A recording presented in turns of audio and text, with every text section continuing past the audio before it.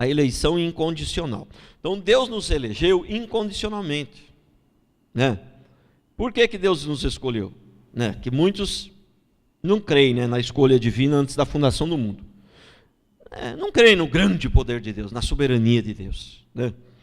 E outros até creem que Deus escolheu antes da fundação do mundo, mas acham que Deus nos escolheu antes da fundação do mundo porque Ele sabia que eu ia ser bom. Ele sabia que eu ia me converter. Ele conhecia o meu coração.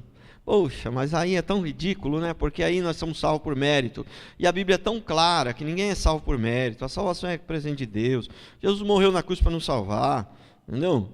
Então não é porque Ele sabia que a gente ia ser bom. Ele nos escolheu porque Ele quis. Porque Deus faz todas as coisas segundo a vontade do povo? Não. Ele faz todas as coisas segundo a sua própria vontade. Eu vou mostrar isso aqui a palavra. Mas esse Deus parece meio egoísta, parece meio, só faz do jeito dele. Não é, Ele tem que fazer segundo a sua vontade, porque só a sua vontade é que é boa. Qualquer outra vontade não presta, vai destruir tudo. É por isso que Ele tem que fazer tudo segundo a sua vontade. Entendeu? E com quem Deus se aconselhou quando Ele foi escolher você? Com o serafim, com qual anjo? Não, irmão. Pediu conselho para ninguém. A Bíblia diz que o conselho foi dele mesmo. Ele mesmo aconselhou ele mesmo, né? E quando Deus jurou, Ele disse que não tinha ninguém maior que Ele para jurar por Ele, então Ele jurou por Ele mesmo. Não. Então eu já falei pela manhã, e por sinal de manhã tinha gente para Dedéu, tinha coisa mesmo tanto aqui hoje, né? Com a benção o culto de manhã. Estava falando pela manhã. Se você pensa num número grande, o que seria um número grande? 10 bilhões? Não, 10 bilhões não é muito grande. 10 trilhões é um número bem grande. Multiplica isso aí por mais 10 trilhões. Mas multiplica de novo, mais 10 trilhões. Multiplica outra vez. O Deus é muito maior que essa conta que você fez. A gente não tem como ter noção do tamanho de Deus. Nós somos pequenos demais para... Não dá para saber, né? Então Deus fez tudo de acordo com a sua vontade. Vamos ler aqui. E Deus planejou tudo. Antes da fundação do mundo já estava tudo certo. Ele já sabia tudo que ia acontecer. Ele já sabia tudo porque Ele mesmo que determinou. Ele mesmo que determinou. Pastor, mas então não adianta a gente se esforçar. Essa que é a questão. Aí está entendendo tudo errado. Aí de repente não foi escolhido mesmo, viu? Né? Porque é Deus que faz, entendeu? Mas a salvação é só Ele que faz, não tem participação do homem porque ele estava morto. Mas depois que o homem foi salvo, né, Deus que continua fazendo, mas tem a participação do homem. A Bíblia diz que o homem é cooperador de Deus, né? Continua sendo Ele que faz, mas tem a participação do homem. Lembra que eu falei que Deus que nos escolheu, mas você também, depois que Ele te escolheu, você tem que decidir, entendeu? Deus te escolheu antes da fundação do mundo, mas agora você pode decidir, decidir aqui agora em tomar uma posição, ser mais firme, entendeu? Então tem a participação nossa. A Bíblia diz que nós somos cooperadores, mas vamos lá. Deus fez a escolha antes da fundação do mundo. Efésios 1, 4 e 5. Assim como Deus nos escolheu nele, antes da fundação do mundo, para sermos santos e irrepreensíveis perante Ele em amor, nos predestinou para Ele, para a adoção de filhos, por meio de Cristo Jesus, segundo Ele sabia que você ia ser bom. Não, segundo o beneplácito da sua vontade. Beneplácito, a palavra beneplácito significa seu bel prazer. A decisão dele mesmo. Entendeu? Então veja bem, nós já fomos predestinados para se tornar filho dele. O nosso destino já estava traçado. Era ser filho dele. Está escrito aqui, ó. Ele nos predestinou para Ele, para a adoção de filhos, por meio de Jesus Cristo, segundo o beneplácito da sua vontade. Segundo o texto, 2 Timóteo 1,9, que nos salvou e nos chamou com a santa vocação, não segundo as nossas obras, mas conforme a sua própria determinação e graça, que nos foi dada em Cristo Jesus antes dos tempos eternos. Antes dos tempos eternos é antes da fundação do mundo também. Entendeu? Não por obras, mas segundo a sua vontade. Então Deus fez a escolha antes da fundação do mundo, né? E não foi baseado em que ele era presciente e sabia que você ia se arrepender, sabia que você ia ser bonzinho, não foi nada disso. Foi de acordo com a sua vontade. Tudo o que acontece no mundo, acontece de acordo com a sua vontade. O pecado não é porque ali temos que separar a vontade permissiva e a sua perfeita vontade. Então, o pecado, as mortes, tudo também é a vontade de Deus, mas aí não é a vontade perfeita a vontade de Deus, é a vontade permissiva. É a vontade dele, foi da vontade dele, no sentido que ele permitiu, né? Então, próximo princípio. Tudo parecido com aquele, mas para a gente esclarecer bem. Tudo foi pré-determinado e estabelecido antes da fundação do mundo. Então, quando eu digo tudo foi pré-determinado, estabelecido antes da fundação do mundo, eu comparo aqui com a construção de um prédio. O engenheiro ele vai fazer um prédio, 50 andares, 100 andares, entendeu? E ele faz os cálculos, e faz a planta, o projeto está pronto. Ele já sabe, antes de começar, quantos quartos vai ter, quantos banheiros vai ter, ele já sabe, inclusive, com uma aproximação bem grande, quantos blocos vai gastar, quanto cimento vai gastar, entendeu? E quanto em valor material, ele sabe, o engenheiro, com uma aproximação bem grande. Aí, com Deus é muito parecido, a diferença é que Deus não sabe com aproximação, ele sabe com precisão, entendeu? Então, esse mundo é como um engenheiro que vai construir o prédio. Ele já sabe como é que vai ficar o prédio. Então, mais ou menos, né? Com uma aproximação bem grande. E Deus já sabe como vai ficar o mundo, só que aí não é com aproximação. Ele sabe com precisão como é que vai ficar o mundo. Ele sabe com precisão, porque ele já fez o projeto, ele já determinou como é que vai ser. Ele já determinou. Entendeu? Então, presta atenção como tudo foi feito antes da fundação do mundo. Presta atenção. Tudo foi pré-determinado antes da fundação do mundo. Apocalipse 13:8. E adorá-lo-ão todos os que habitam sobre a terra. Aqui adorá-lo-ão, se a gente for ler o contexto aqui, é adorar a besta, né? Adorá-lo-ão todos os que habitam sobre a terra, aqueles cujos nomes não foram escritos no livro da vida, do Cordeiro que foi morto desde a fundação do mundo. O que significa o Cordeiro? Jesus morreu antes da fundação do mundo? Não, Jesus morreu há 2000 anos atrás, 2019. Mas é o seguinte, né? Ele morreu sim há 2000 anos. Ele morreu antes da fundação do mundo, no sentido que já estava determinado que ele ia morrer. Entendeu? Deus já sabia que o homem ia pecar e já estava determinado que ele ia morrer. Tudo estava pronto, preparado, planejado, tudo certinho. Deus já sabia de tudo o que iria acontecer durante o percurso e como ficaria no final. Deus já sabe tudo. Entendeu? O Cordeiro foi morto antes da fundação do mundo, já estava no projeto lá. Jesus vai morrer para salvar o povo, né? Então, Atos 13:48, olha aqui. Eu gosto muito desse texto, né? Oh, meu Deus santo.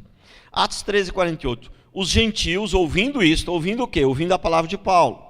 Se for ler os textos anteriores. Eu sempre explico para os irmãos. Quando eu vou preparar a palavra, eu estudo o texto todo, mas eu coloco só o versículo principal, senão não dá tempo de ficar lendo aqui cada vez com um negócio enorme, não dá tempo. Então os gentios ouvindo isso, ouvindo a pregação de Paulo. Paulo estava pregando, e os gentios ouvindo isso, regozijavam e glorificavam a palavra do Senhor, e creram todos os que tinham fé. Creram todos os que Deus sabia que eles iam ter fé. Creram todos os que eram bonzinhos.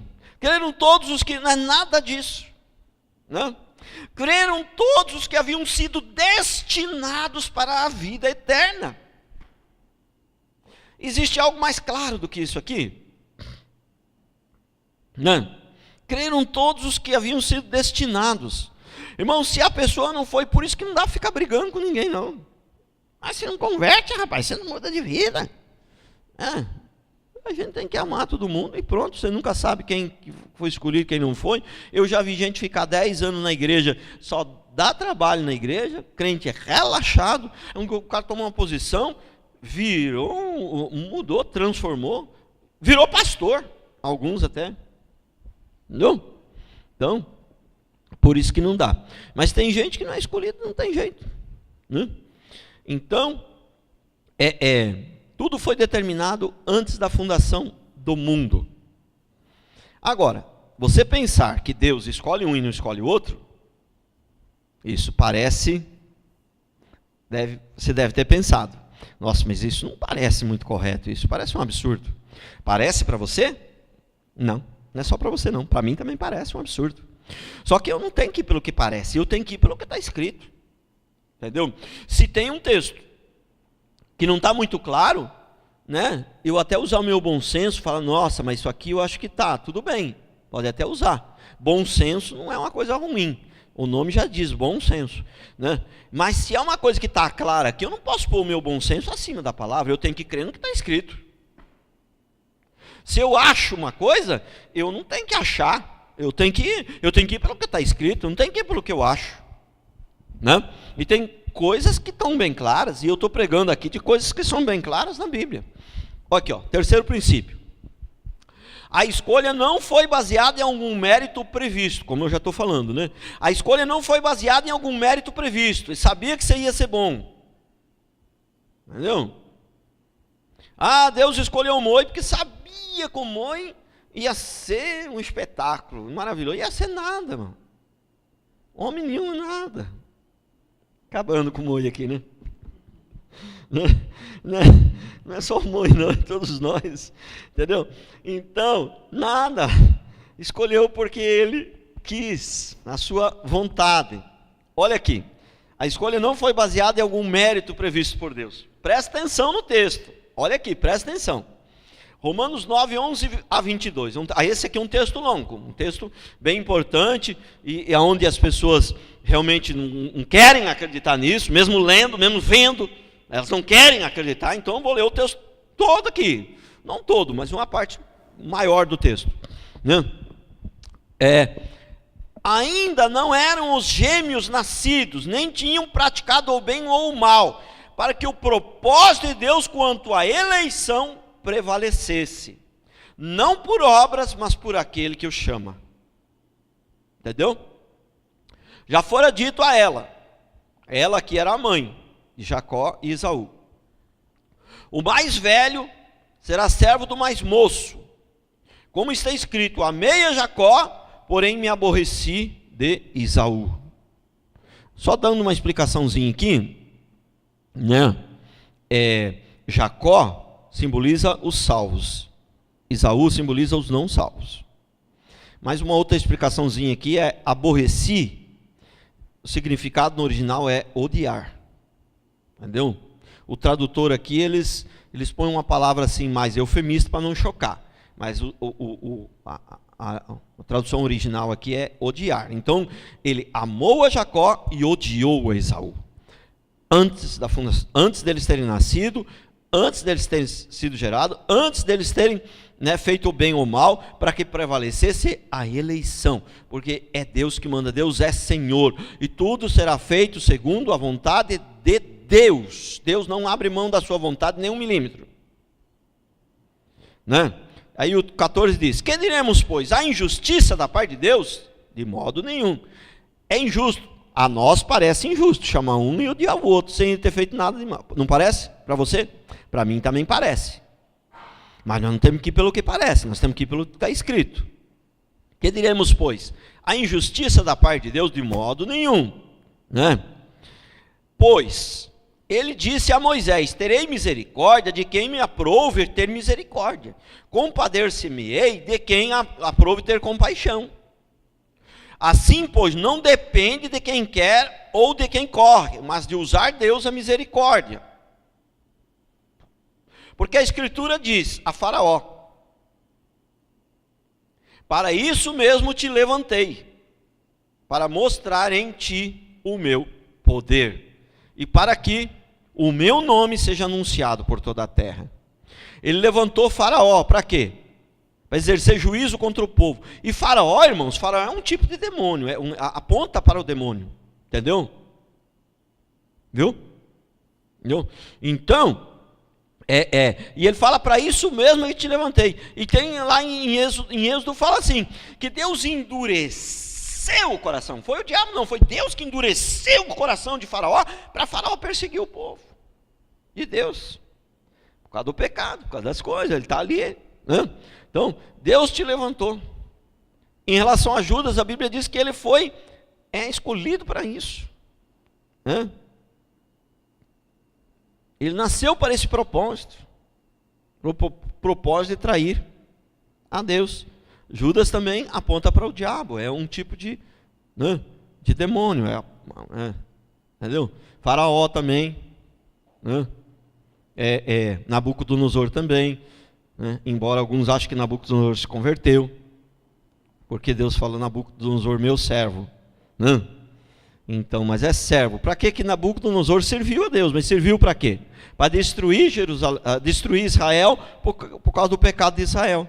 Deus usou Nabucodonosor para destruir. No fundo, quem destruiu não foi Nabucodonosor, quem destruiu foi Deus. Nabucodonosor foi só instrumento de Deus para destruir Israel. A questão é que o pecado tem consequência e Deus exerce juízo, mas ele não faz isso pessoalmente. Ele usa Judas, ele usa Nabucodonosor, ele usa Faraó, ele usa o próprio Satanás, né? Na verdade, isso aí são símbolos de Satanás, entendeu? Então, porque a Escritura diz, versículo depois, a Escritura diz, para isto mesmo te levantei. A Bíblia diz que o ímpio foi feito por Deus também, para o dia do juízo, para mostrar em ti o meu poder, para que o meu nome seja anunciado por toda a terra. Versículo 18, logo tem ele misericórdia de quem quer, e também endurece a quem lhe apraz. Tu, porém, me dirás, de que se queixa ele ainda?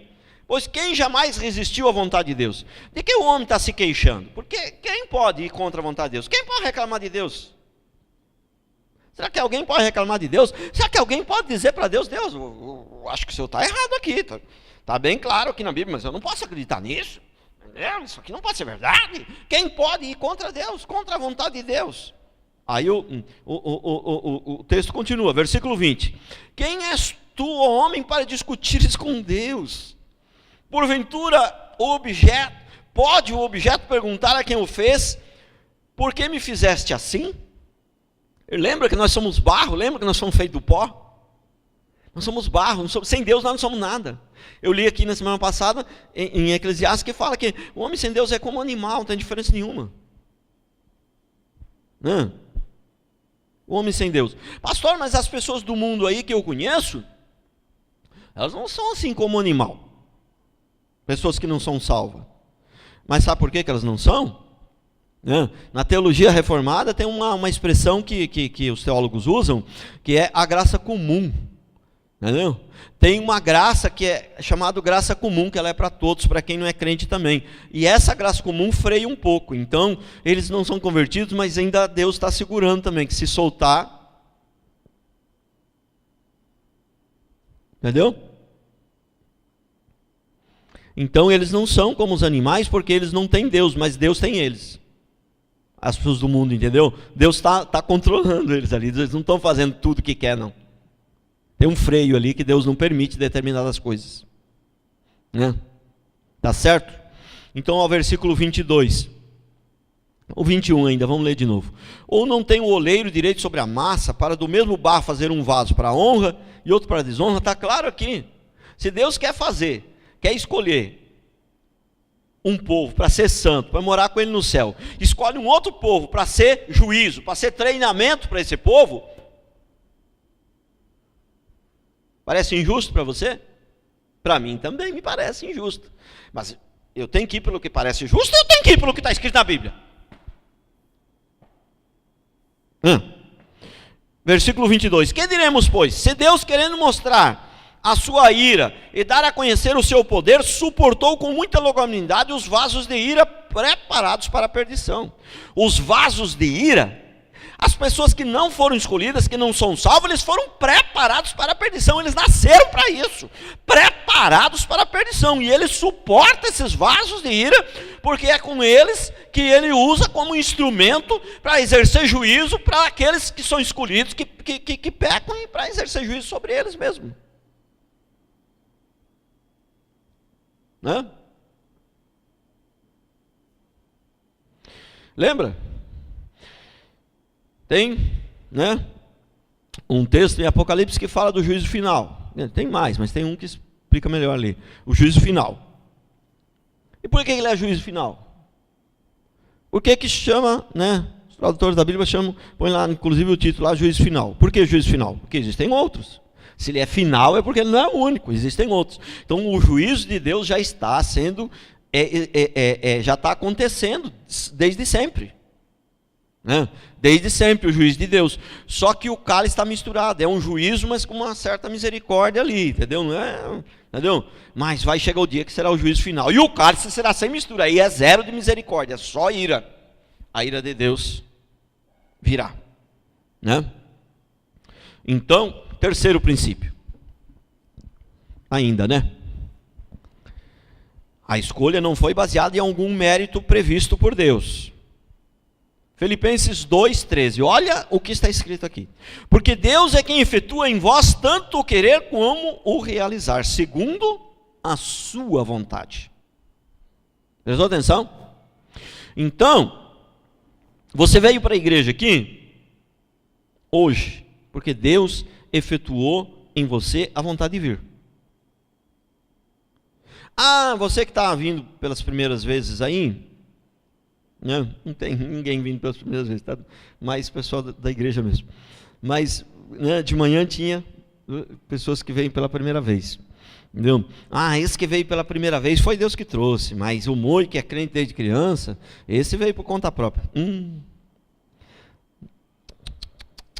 Se Deus soltasse você, qualquer um de nós, até eu mesmo, né? Até eu mesmo, não no sentido que eu seja melhor, mas no sentido que estou mais tempo na igreja, né? Qualquer um de nós, se não fosse Deus trazer, a gente não viria. Você tinha ficado em casa, você não viria, né? Então tem muitos que pregam que não existe livre-arbítrio, né? Perdão, que existe livre-arbítrio, todos têm livre-arbítrio.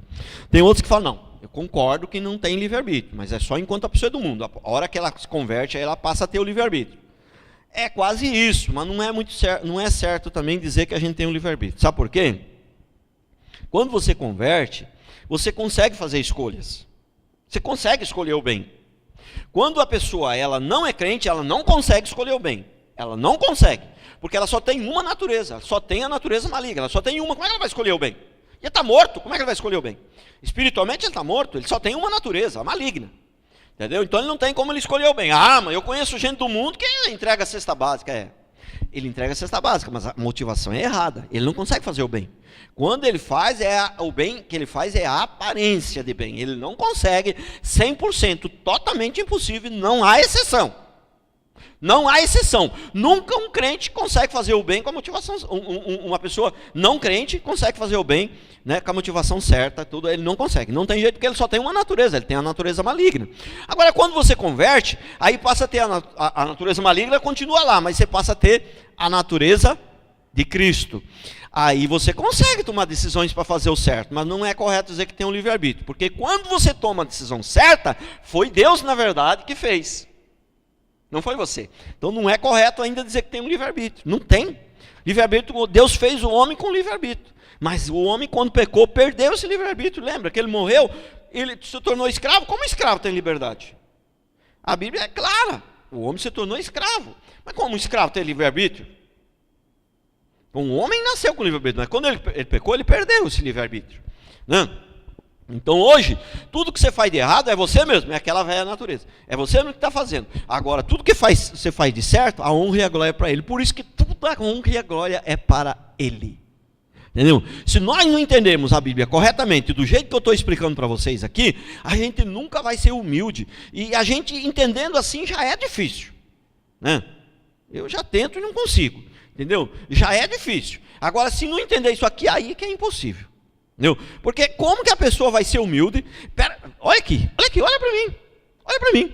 Se eu creio que eu estou aqui porque eu contribuí um pouquinho para estar, porque eu sou um pouquinho melhor que o outro, como quando eu digo, Deus, toda a honra e tua glória, eu estou mentindo.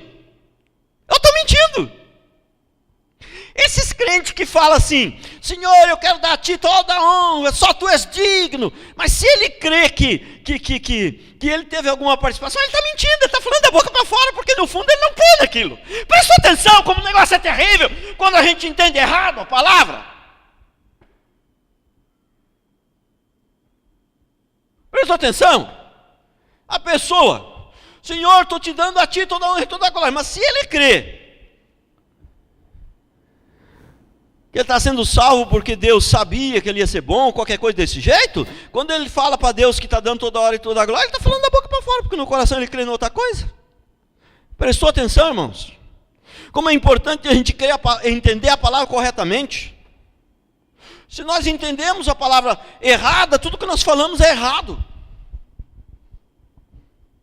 Se nós entendemos a palavra de maneira errada, nós vamos toda a nossa ação, todo tipo de ação, todo jeito que nós formos agir, nós vamos agir errado. Porque Deus é quem efetua em vós o querer como o realizar segundo a sua vontade. Não é a sua não, viu? É a sua. É? 4.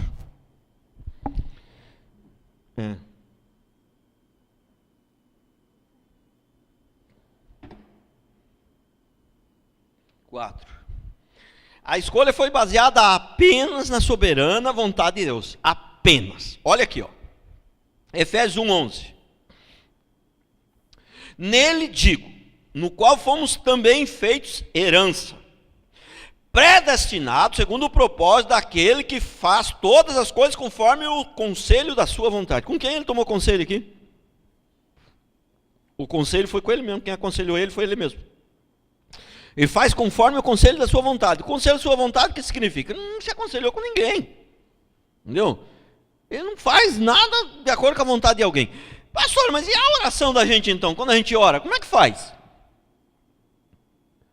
Deus não muda? Não. E ele faz tudo de acordo com a sua vontade. E para que eu tenho que orar então? Uma boa pergunta, né? Irmãos, é o seguinte: quando nós oramos, primeira coisa, mesmo nós sabendo que Deus vai fazer, a Bíblia diz que ainda assim é correto orar. Mas tem outra questão também. Quando nós oramos, não é para mudar Deus, irmãos. Porque o cristianismo de hoje, eles acham que na oração deles vai mudar Deus. Deus não está querendo me dar um carro, mas eu vou jejuar 40 dias e eu vou jejuar e vou orar com sinceridade e ele vai mudar de ideia. Entendeu? Rapaz, isso é a coisa mais absurda que existe. Quando eu oro para Deus me dar um carro, o que acontece? Se eu faço uma oração sincera, correta, né, de coração e tal, e Deus vai avaliar. Ele vai avaliar o seguinte: se aquele carro vai ser bom para mim, né, ele vai me dar. Mas ele vai falar: não, esse carro vai ser bom, mas ele precisa mudar um pouco aí algumas coisas. Ele não tem nem carta. Então, ele vai me impulsionar, vai me fazer ver que eu preciso tirar a carta antes de ter o carro. Entendeu? Se eu estou com algumas maldades na cabeça, assim, né, pensando em, agora com o carro eu posso largar a mulher mais velha e pegar uma mais nova, entendeu? Então, se realmente Deus pode estar, né, trabalhando no coração da pessoa para mudar a cabeça dela, entendeu? Para ela, na hora que ela mudar, entendeu? Aí Deus então vê que o carro vai fazer bem para ela, ele dá o carro. Então o que acontece? A oração serviu para quê? Para mudar a vontade de Deus? Não, serviu para mudar a minha. Entendeu? Então quando nós oramos, quando nós gememos, Deus, entendeu? Faz isso, faz aquilo.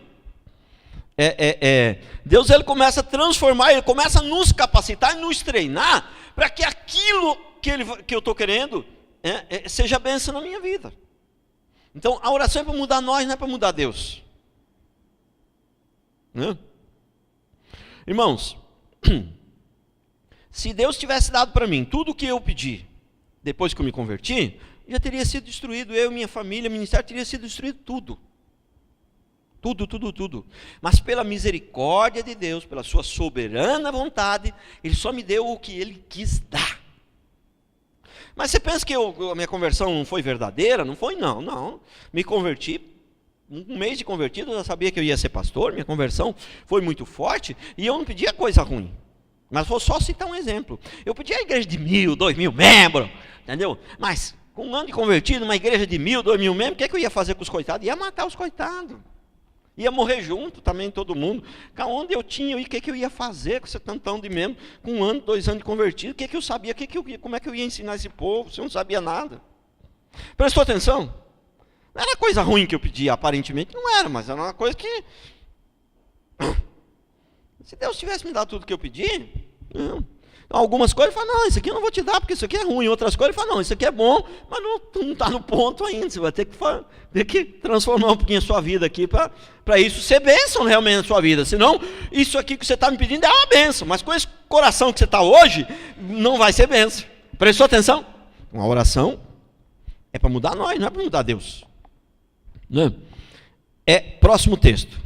Êxodo 33, 19. Respondeu-lhe, farei passar toda a minha bondade diante de ti, te proclamarei o nome do Senhor, terei misericórdia de quem eu tiver misericórdia, me compadecerei de quem eu me compadecer. Mateus 20, 15. Porventura não é lícito fazer o que quero do que é meu, ou são maus os teus olhos porque eu sou bom? Prestou atenção? Se eu devo 10 reais para o Joãozinho, 10 reais para o Pedrinho, eu sou obrigado a pagar os dois. Não é justo eu pagar o Joãozinho e não pagar o Pedrinho. Eu devo 10 para cada um, eu tenho que pagar os dois. Mas se eu não devo nada para nenhum dos dois, eu quero dar um presente para o Joãozinho e não quero dar para o Pedrinho, eu estou pecando? Não. Entendeu? Então o homem merecia, todos eles mereciam o inferno. Deus escolheu uma metade e falou, eu vou salvar esses daqui. E aí? Ele está pecando? Deus está fazendo alguma coisa errada? Não. Não. Eu só tenho dificuldade em entender isso. Por que ele não teve misericórdia dos outros também? Né? Eu tenho dificuldade em entender. Mas eu não posso dizer que não está escrito. Eu não posso dizer que não está claro. Eu posso dizer que eu tenho dificuldade em entender. Mas eu não posso dizer que não está escrito, que isso não é bíblico, que não está claro na Bíblia. Né?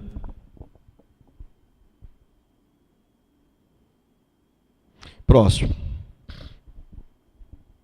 O homem tinha o livre-arbítrio, mas quando pecou se tornou escravo e perdeu esta liberdade. Né? Perdeu esta liberdade. Lucas, Deus fez um primeiro chamado. Né? Todos rejeitaram. Todos rejeitaram. O primeiro chamado, ele chamou todos. Chamou a todos. Não escolheu esse ou aquele. Só que foi um chamado, foi um convite. A pessoa tinha o livre-arbítrio, lembra? Ela podia dizer não. Né? Então, o primeiro chamado foi para todos. Todos rejeitaram. Aí ele fez esse segundo chamado, que é irresistível, que é incondicional. Que você não tem a posição de dizer não. Né? Porque se ele fizesse um outro chamado que não fosse obrigatório, todos diriam não novamente. Porque o homem ficou inimigo de Deus, como é que ele ia aceitar Deus se ele é inimigo de Deus? O pecado tornou ele inimigo de Deus. Né?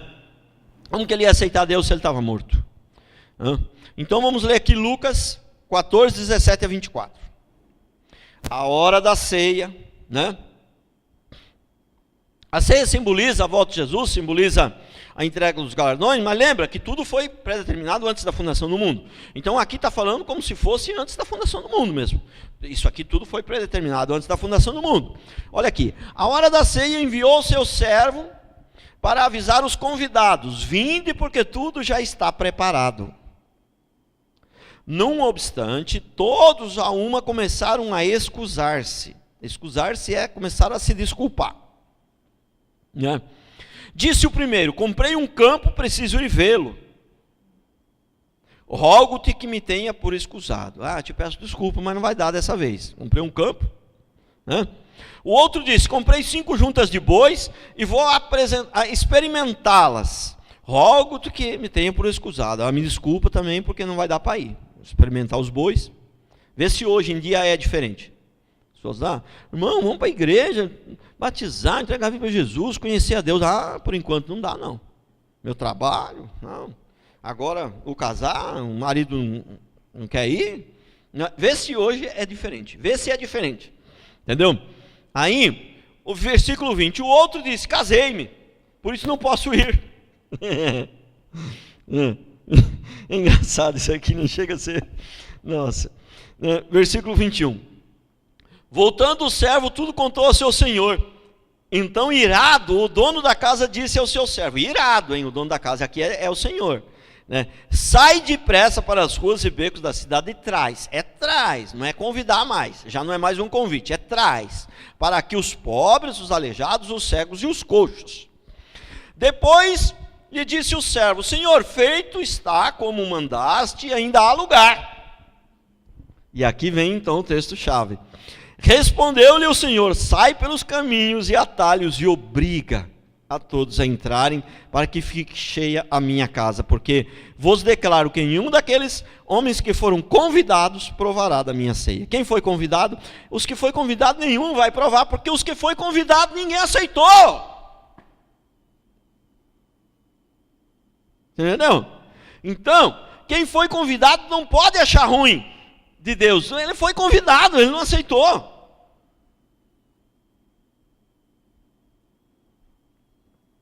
Outro texto que é paralelo, é um outro texto, né, mas só que é bem parecido com esse, né, que conta mais ou menos a mesma história. Olha aqui, ó.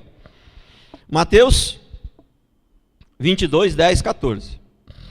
E saindo aqueles servos pelas estradas, reuniram todos os que encontraram, maus e bons. A sala do banquete ficou repleta de convidados. Não é que exista bons. Aqui maus e bons está se referindo, gente de todo tipo. Então, entrando porém o rei para ver os que estavam à mesa, notou ali um homem que não trazia veste nupcial. Não. Isso aqui, apesar de ser outro texto, mas está falando do mesmo assunto, é das bodas. Não? Ali, notou que tinha alguém ali que não tinha veste nupcial. Né? E o que significa, será, não ter a veste nupcial? Bom, veste nupcial, a gente sabe que vestes, né, na Bíblia sempre significa boas obras, as vestes, as boas obras. Mas quem vai ter boas obras? Os escolhidos, lembra? Que quem não é escolhido não consegue fazer o bem. Quem vai ter boas obras são os escolhidos. Mas o próprio texto depois diz quem são esses aí. Quem é esse aí? Aqui está falando esse que tinha veste nupcial, irmão. Isso aqui é simbólico, entendeu? Não significa que era uma pessoa só. Aqui são todos aqueles, na verdade, que não são escolhidos. É o que está simbolizando aqui. Então, perguntou o amigo, como entraste aqui sem a veste nupcial? E ele emudeceu. Então ordenou o rei aos serventes, amarrai-o de pés e mãos e lançai-o para fora, nas trevas, e ali haverá choro e ranger de dentes. Aí o versículo 14 explica quem são esses que não têm a veste nupcial. O versículo 14 explica, porque muitos são chamados e poucos são escolhidos. Quer dizer, eles foram chamados, eles foram convidados, mas não aceitaram. Entendeu? Mas nesse segundo chamado eles não foram escolhidos. Né? O texto explica quem são os que não tinham a veste nupcial. Né? Então é tremendo, irmãos. É tremendo. Próximo texto. Preparando aí os irmãos do louvor aí para cantar de novo aquela última que vocês cantaram. Muito boa. Ah, meu Deus, muito boa. Nós cantar depois para encerrar, fazer uma oração para encerrar nosso culto de hoje. Eu estou muito feliz, viu, irmãos? Estou muito feliz. Louvado seja Deus. Deus me salvou do inferno, né? Me deu vocês, me deu uma família bacana, entendeu? Salvou do inferno, estamos aqui pregando a palavra do Senhor. Tem coisa melhor do que isso, né? Salvando vidas. Tem coisa melhor do que isso, né? Oh, meu Deus! E pensar que eu não merecia nada disso, merecia ir para o inferno, né? Louvado seja Deus. Ninguém pode mudar os planos de Deus. Lembra que eu venho falando? Deus, ele faz tudo de acordo com a sua vontade. Ninguém pode mudar os planos dele. Presta atenção aqui, né? Vocês prestaram atenção que tudo que eu estou falando, eu estou botando bastante texto para você ver que o que eu estou falando está na Bíblia, está claro, né? Olha aqui, Deus não pode mudar os seus planos. Ou melhor, ninguém pode mudar os planos de Deus. Aqui, ó, Isaías 14, 24. Jurou o Senhor dos exércitos, né, dizendo: como pensei, assim se sucederá, e como determinei, assim se efetuará. Deus não precisa nem falar, se ele pensou, já é desse jeito que vai ser. Ninguém pode mudar os planos de Deus. Uma oração não muda Deus. A oração muda, é para mudar nós. Ninguém pode mudar Deus, né? Agora, é lógico que tem alguns casos na Bíblia, por exemplo, que Ezequias lá,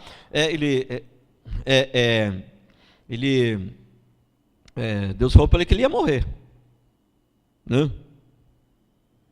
Aí ele se arrependeu lá, pediu a Deus misericórdia, Deus deu mais 15 anos de vida. Mas quem mudou foi Ezequias, não foi Deus. Deus não mudou, irmãos. Deus, ele já sabia. Quando ele falou que ia morrer, ele já sabia que Ezequias ia se arrepender, ele já sabia que ele ia dar mais 15 anos, entendeu? Deus não mudou ali, entendeu? Aí quem mudou foi o homem. Não foi Deus que mudou, quem mudou foi o homem. O homem pode mudar, Deus não muda, né? Jurou o Senhor, e é interessante que tem algumas passagens na Bíblia que diz que Deus jurou. Quando ele jurou por ele mesmo, não tinha ninguém maior que ele, não tinha ninguém do nível dele, nem maior que ele para jurar por ele jurou por ele mesmo, né?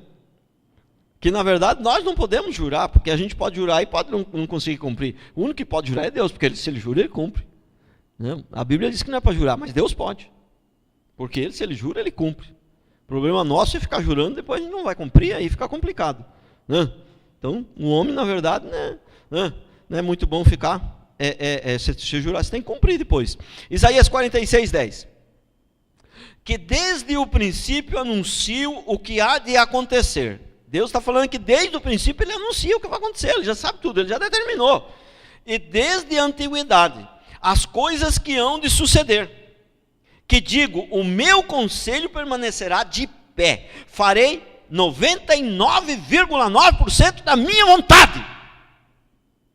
É isso? Não, farei toda a minha vontade. Toda a minha vontade. A vontade de Deus vai ser plena, entendeu? Na volta de Jesus, quando for consumado, tudo concluído, ele vai falar: toda a minha vontade prevaleceu, foi feito tudo do jeito que eu queria, do jeito que eu quero, do jeito que eu vou continuar querendo, exatamente assim. Irmão, nós somos pó diante de Deus, nós somos farinha, pó, não somos nada diante de Deus. Por isso que esse é mais um motivo para a gente se alegrar. Eu sou tão pequeno diante de Deus, mas mesmo assim Deus me escolheu e um dia vou morar com Ele no céu. Oh, louvado seja Deus e engrandecido seja o nome do Senhor, né? Próximo texto. Ninguém pode mudar os planos de Deus. Daniel 4,35, todos os moradores da terra são por ele reputados em nada. E segundo a sua vontade ele opera com o exército dos céus e os moradores da terra. Não há quem possa deter a sua mão, nem lhe dizer o que faz. O que fazes? Não há. Isaías fala que nós somos considerados como ele, como o vácuo. O vácuo é o quê? O vácuo é nada. O vento é alguma coisa. O vácuo é nada.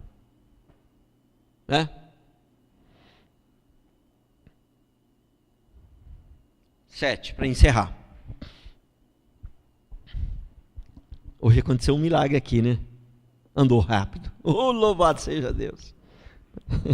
Sempre tem que correr para conseguir acabar no tempo, né? Hoje vai acabando mais rápido.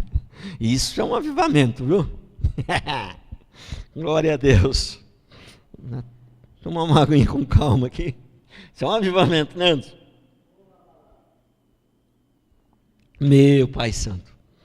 Para encerrar esse aqui, ó. As obras são um resultado e não uma condição para ser eleito. Prestou atenção? Deus não elegeu as pessoas porque sabia que eles iam ter boas obras. Não. As obras não é uma condição para ser salvo. As obras é um resultado de alguém que ser salvo. Então vamos explicar aqui. Entendeu? Nem é salvo porque parou de roubar. Mas quem é salvo vai parar de roubar. Entendeu? Ninguém vai ser salvo porque parou de trair a mulher. Mas se ele converteu de verdade, ele não vai trair mais a mulher. Prestou atenção? Ninguém vai ser salvo porque parou de mentir, irmãos. Ninguém vai ser salvo. Eu parei de mentir, vou ser salvo. Mas alguém que foi salvo de verdade, converteu de verdade, ele vai parar de mentir. Então não existe esse negócio aí de pessoa que é salva e fica atolada no pecado. Não existe. O pecado na vida do cristão, ele é acidente. Ele não é prática. A Bíblia diz que quem vive na prática do pecado é filho do diabo. Pastor, mas fala assim, filho do diabo, fala uma outra palavra, essa palavra é forte demais. Mas foi o que João falou. Na primeira carta de João, ele falou isso. Se eu não quiser falar, porque eu acho que ela é muito forte, já estou querendo ser melhor que João. Vou falar, olha, João, irmão, João, ele era meio ignorantão, entendeu? Ele chamou as pessoas de filho do diabo, entendeu? Mas eu sou mais inteligente que João, o apóstolo, sou mais inteligente que ele, entendeu? E não sou também bruto igual a ele, não sou também ignorantão igual a ele, não vou falar filho do diabo, vou falar assim, filho da ira, uma palavra mais suave. Prestou atenção?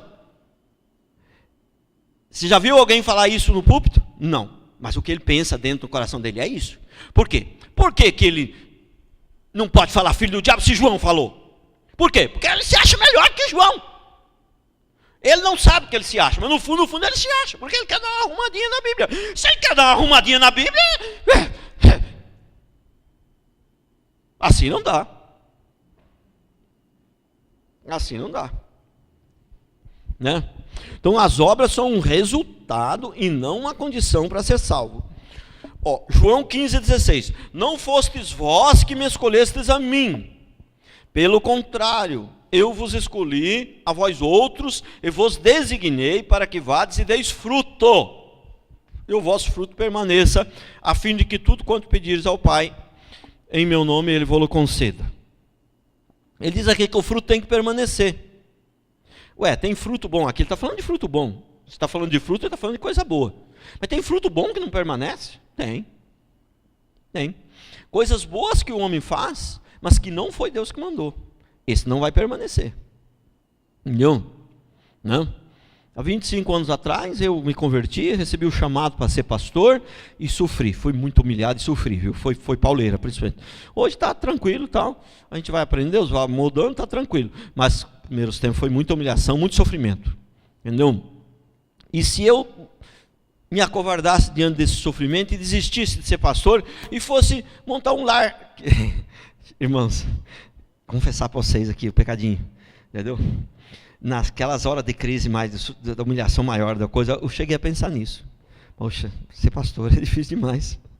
Montar um lar para cuidar de velhinho. Pensei nisso, estou dando esse exemplo porque eu pensei nisso, passou pela minha cabeça. Se eu fosse montar um lar, cuidar de velhinho, irmãos, eu quero dizer a vocês que eu ia cuidar com muito amor, viu? Mas deixa eu falar uma coisa para você. Ia ser um serviço perdido para Deus, para quando eu chegasse diante de Deus não ia ter nada para receber. Por quê? Não foi para isso que Deus me chamou. Falar, foi muito legal você fez, muito bom. Aí, parabéns. Então, eu fico imaginando Deus batendo palma para mim. Falo, parabéns, mas só que não tem galardão aqui, porque não foi isso aí que eu mandei você fazer. O que eu mandei você fazer, você não fez.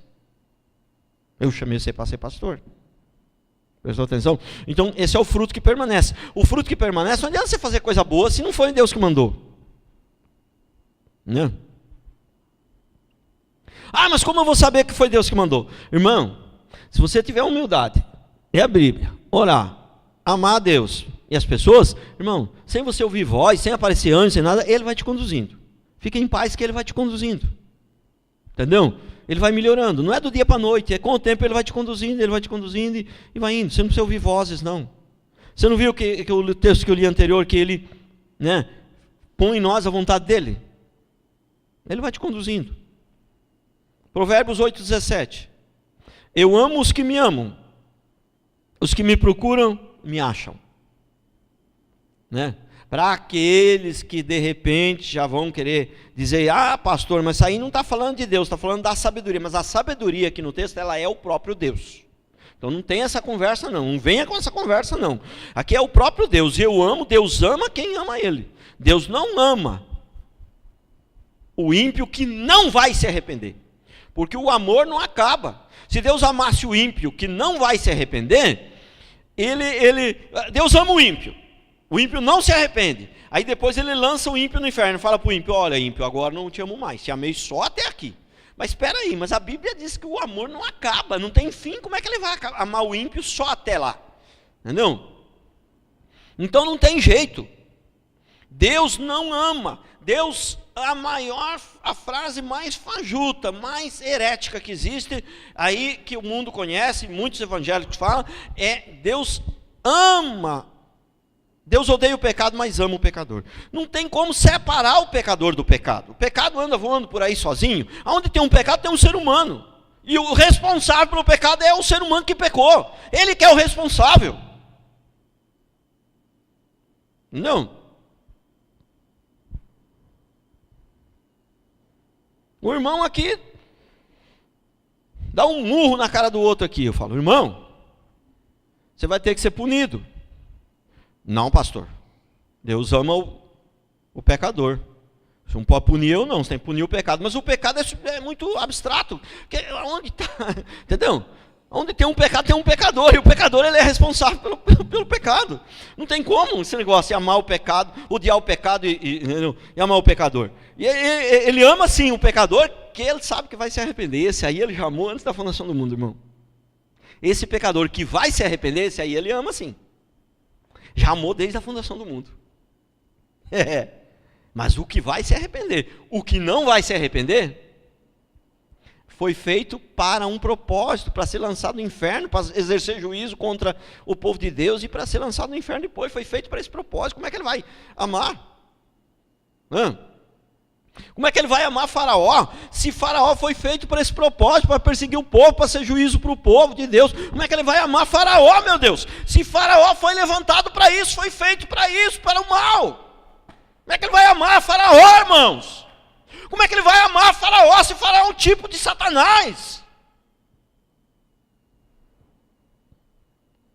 Você viu que tem muita mais coisa errada nesse mundo do que você imagina. Não só no mundo, mas também em muitos púlpitos. Não. As obras são um resultado e não a condição. Efésios 2, 8 a 10.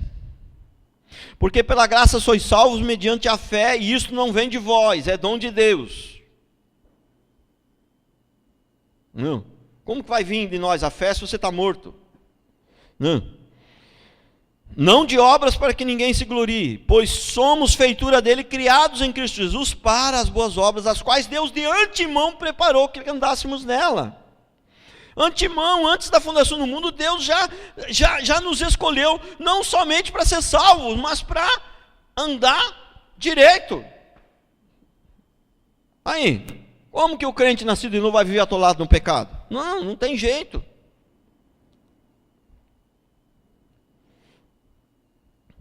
Para encerrar, Tiago 2,17. Toda boa dádiva e dom perfeito são lá do alto, descendo do Pai das luzes, em quem não pode existir variação ou sombra de mudança. Prestou atenção? Deus, não pode haver variação ou sombra de mudança. Deus não muda. Mas como que Deus vai mudar se Ele é perfeito? Como é que Ele vai mudar se Ele é perfeito? E Ele mudar, Ele deixou de ser perfeito. Tem como Deus mudar? Lógico que tem situações que parece que Deus muda, mas aí é porque a pessoa, no fundo, quem mudou foi o homem. Aí Deus, então, Ele volta atrás. Mas não é que Ele mudou, Ele já sabia de tudo aquilo ali antes da fundação do mundo. Ele sabia que a pessoa ia mudar e Ele já ia voltar, entendeu? Na verdade, Ele não mudou, quem mudou foi a pessoa. Por isso que muitos confundem bastante isso, né? Tem alguns textos realmente que parece que Deus muda, mas aí não é o Deus que está mudando, é o homem que está mudando. Amém?